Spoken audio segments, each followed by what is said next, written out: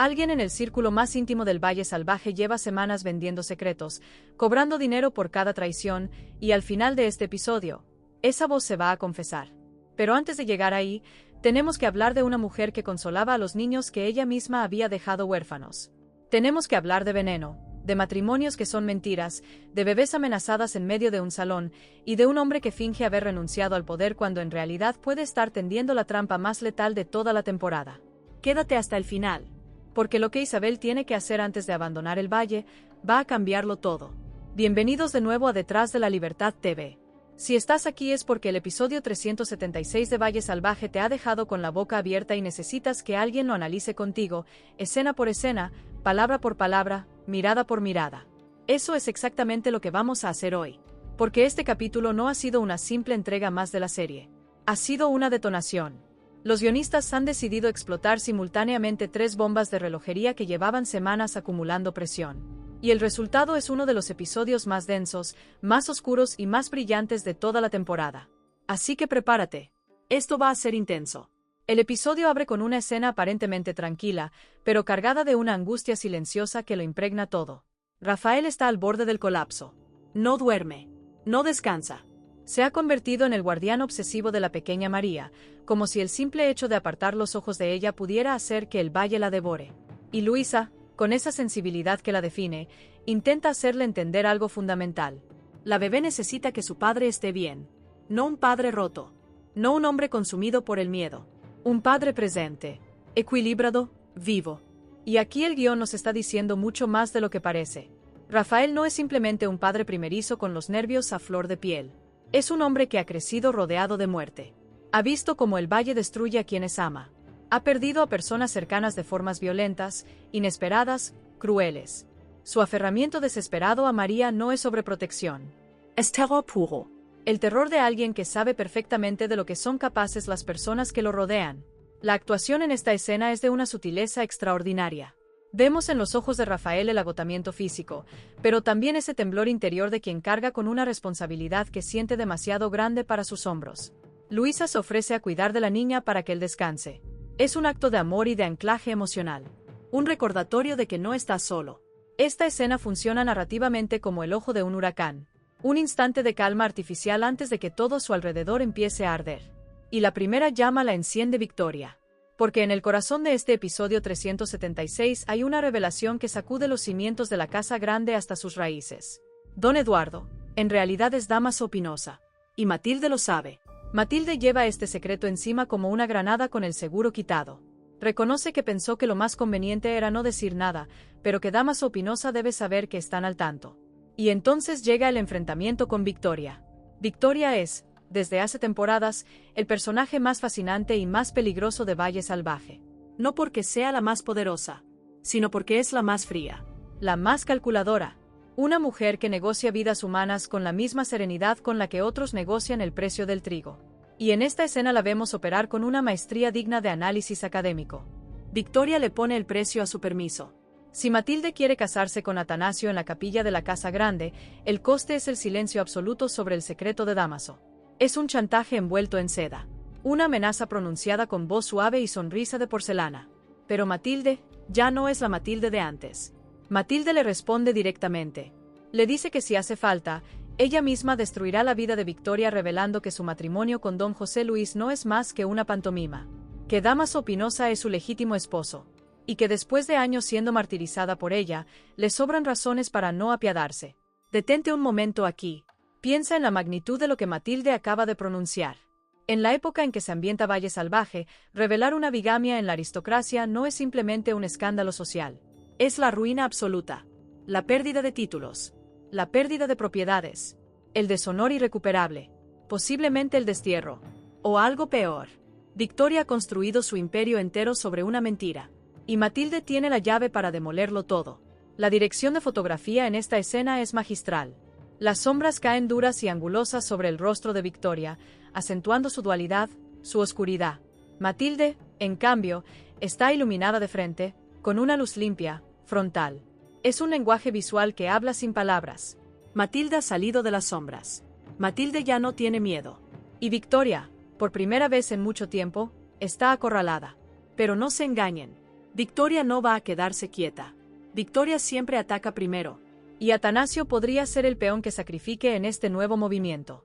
Si te está gustando este análisis y sientes que estás viviendo el episodio de otra manera, más profunda, más completa, este es el momento de darle a me gusta, de suscribirte al canal y de activar la campanita.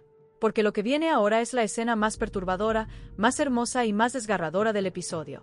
Y necesitas estar presente para ella. Hablemos de Isabel. Sabíamos que Isabel cargaba con demonios. Lo hemos sentido en cada escena, en cada silencio, en cada mirada esquiva. Pero escucharla confesar a Luisa lo que hizo, con esa calma terrible de quien ya ha aceptado su condena, ha sido una experiencia que te deja sin respiración. Isabel confiesa que se convirtió en un demonio, que consolaba a los niños, a Bárbara y a Pedrito, mientras limpiaba la taza con la que había envenenado a su padre. Repite eso mentalmente. Ella mató al padre. Ella creó los huérfanos. Y luego los consoló por la pérdida que ella misma les había causado. Esta imagen es de una brillantez narrativa brutal. El guionista no nos describe el crimen directamente. Nos lo hace imaginar a través del detalle más doméstico y más macabro posible. Una taza. Atrapó. Las manos de un asesino secando el veneno mientras los niños lloraban a su lado. Es la hipocresía llevada a su máxima expresión. Y también la culpa. Porque Isabel no ha olvidado ni un solo segundo lo que hizo. Le confiesa a Luisa que intentó ir a ver a los niños después de la muerte de Adriana. Que quiso abrazarlos, llorar con ellos, estar presente en su dolor. Pero que fue incapaz. Que su conciencia no le permitió añadir más hipocresía a todo lo que ya había cometido. Y aquí el análisis psicológico se vuelve fascinante. Isabel no busca redención. No la pide. No cree merecerla. Dice que no es justo que los niños sepan que fue ella quien mató a su padre. Luisa, siendo el ancla moral que siempre ha sido, le responde que olvide la justicia. Que esos niños no merecen más penas. Que si Adriana estuviera viva, encontraría la manera de perdonarla. Pero Isabel responde con una frase que te persigue horas después de apagar la pantalla. Dice que el perdón de Dios sí lo merece, pero no el de los hombres. Esta distinción es todo un tratado filosófico condensado en una sola línea. Isabel ha decidido su propia sentencia. No necesita que un juez la condene. Se condena a ella misma. El exilio voluntario, el alejamiento de los niños que ama, la renuncia a verlos crecer, a verlos casarse, a darles un beso, ese es su castigo autoimpuesto. Es la penitencia elegida por alguien que sabe que no existe compensación posible para lo que hizo. Es un sacrificio trágico, terrible, y extrañamente digno. Pero entonces Isabel dice que antes de irse, tiene que hacer una última cosa. Y con esa frase, el episodio nos lanza el anzuelo más perfecto de la temporada. ¿Qué es esa última cosa? Una mujer que ya no tiene nada que perder, que considera su alma perdida, que ha demostrado ser capaz de matar. ¿Qué hace cuando siente que debe actuar por última vez? Podría entregar pruebas contra el verdadero autor intelectual del asesinato. Podría enfrentarse directamente a Victoria. Podría cometer un acto de venganza definitivo que proteja a los niños de amenazas futuras. Sea lo que sea, el Valle Salvaje no será el mismo después. Mientras tanto, en los salones de la Casa Grande, don José Luis y don Hernando libran su propia batalla de poder en código. José Luis anuncia que ha renunciado al ducado en favor de su hijo Rafael. Alega Cansancio. Habla de la muerte de Julio, de la muerte de Pilar, de demasiadas tragedias acumuladas. Dice que solo quiere ser un abuelo tranquilo para la pequeña María. Y don Hernando no se lo cree ni por un segundo. Hernando actúa aquí como la voz del espectador. Le dice directamente que le asombra que un hombre que disfrutaba del poder, que ambicionaba llegar al Consejo Real, renuncie de golpe a todo eso para cambiarle pañales a una nieta. No encaja. No tiene sentido. Y Hernando lo sabe. José Luis mantiene su fachada de anciano abatido. Pero cada movimiento suyo en este tablero está calculado al milímetro. ¿Por qué retirarse ahora? Quizás está intentando desvincularse antes de que estalle el escándalo de la bigamia de Victoria. Quizás sabe que si él sigue al frente del ducado cuando llegue la revelación, todo se derrumba junto. O quizás está fingiendo debilidad para que sus enemigos salgan de sus escondites y se expongan. Con José Luis nunca se sabe. Y eso es exactamente lo que lo hace tan peligroso. Pero la escena que más me ha helado la sangre en este episodio involucra también a Hernando y a la pequeña María. Hernando se acerca a conocer a la bebé y lanza, con ese tono de falsa amabilidad que es su marca de fábrica, un comentario envenenado. Le dice a Rafael que la belleza de la criatura seguramente ayuda a paliar la decepción lógica de su padre, porque José Luis esperaba un varón. Un heredero. Alguien que perpetuara el apellido. Es repugnante. Es calculado. Es exactamente lo que Hernando pretende que sea. Pero la respuesta de Rafael es de una pureza que te reconcilia con la humanidad. Mirando a su hija, dice que nunca la cambiaría por nadie. Ni por 10 hombres. Que nada en el mundo le ha hecho más feliz.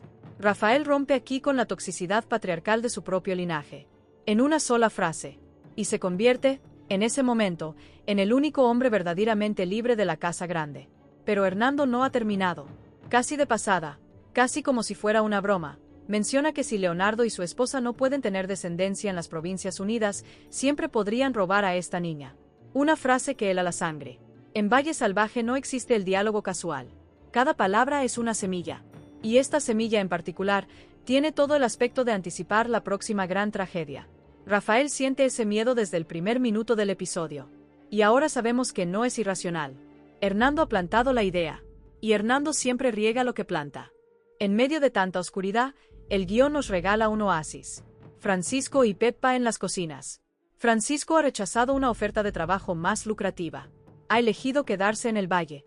Ha elegido a Peppa. Ella, con su inseguridad característica, le pregunta si no va a arrepentirse.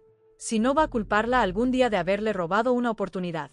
Y Francisco le responde con la claridad de quien ya lo tiene todo claro. Que su única infelicidad sería estar lejos de ella. Esta escena no es relleno. Es el corazón temático del episodio. Mientras los nobles se destruyen por títulos, se chantajean, se envenenan y desprecian a sus propias hijas, los sirvientes en las cocinas renuncian a la riqueza por amor genuino. Francisco y Peppa son libres. Victoria y José Luis son prisioneros de su ambición. La crítica social está ahí, envuelta en ternura, y es perfectamente brutal. Y entonces llega el final. La confesión que lo reescribe todo. Una voz. Una frase que cae como un rayo. Doña Victoria no mintió a Matilde cuando le dijo que fui yo quien les había delatado. Hay un traidor en el círculo más íntimo. Alguien que ha estado vendiendo información a Victoria. Cobrando dinero por cada secreto entregado, por cada cabeza ofrecida. Y ahora esa persona lo confiesa. La paranoia va a instalarse en cada rincón del valle. Nadie podrá fiarse de nadie. Cada conversación privada, cada confidencia, cada plan susurrado, habrá que preguntarse si ya llegó a oídos de Victoria antes incluso de terminar de pronunciarse. Este giro no solo aumenta el suspense. Nos obliga a repasar todo lo que hemos visto y preguntarnos cuánto de lo que creíamos saber era ya información comprometida. Y ahora mis 3 teorías para lo que viene. Primera, la última cosa que Isabel debe hacer antes de abandonar el valle está directamente relacionada con ese traidor. Isabel ya no tiene nada que perder. Su alma, según ella misma, ya está perdida. Creo que va a actuar para neutralizar esa amenaza, ya sea exponiendo al traidor, confrontando a Victoria directamente, o entregando una prueba que proteja a los niños y a Luisa de las consecuencias de esa traición. Segunda, el chantaje de Victoria sobre Matilde no va a funcionar como ella espera. Matilde ha tocado fondo. Y cuando alguien ha perdido todo el miedo, se vuelve el enemigo más peligroso del mundo. Creo que Matilde encontrará la manera de que el secreto de Dámaso o Pinoza llegue al Consejo Real sin mancharse las manos. Utilizará a un tercero. Moverá las piezas desde las sombras. Y Victoria no verá venir el golpe. Tercera, la mención de Hernando al robo de la niña no fue una broma. En los próximos episodios veremos un intento de arrebatarle a Rafael la custodia de María. Ya sea mediante un secuestro directo o mediante una artimaña legal que argumente la inestabilidad mental de Rafael tras las tragedias acumuladas. Hernando no pronuncia palabras al azar. Cada frase suya es un plan en embrión. ¿Y recuerdas la boucle abierta con la que empezamos? La voz que se confiesa al final del episodio. La voz del traidor que ha estado alimentando a Victoria de secretos. Esa confesión no cierra el misterio. Lo abre de par en par. Porque la pregunta ahora no es quién traicionó. La pregunta es cuántos más lo han hecho. ¿Y cuántos seguirán haciéndolo? En el Valle Salvaje, la lealtad tiene un precio muy concreto. Y nadie, absolutamente nadie, es quien parece ser.